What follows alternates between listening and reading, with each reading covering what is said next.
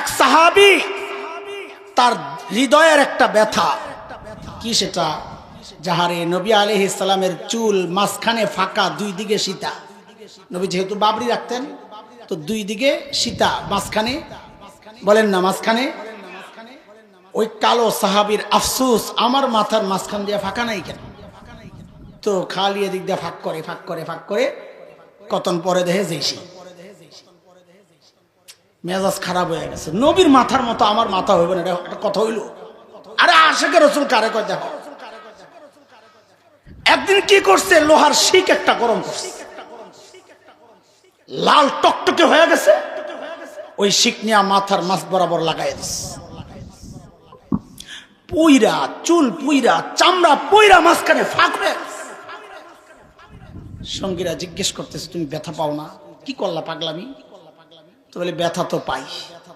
এতদিন হৃদয়ের যে ব্যথাটা ছিল, যা আমার মাথা কেন আমার নবীর মতো না, ওই ব্যথা তো আর নাই। এখন আমার কলিজা ঠান্ডা হয়ে গেছে, এখন আমার মাথাও আমার নবীর মতো মাঝখানে ফাঁকা।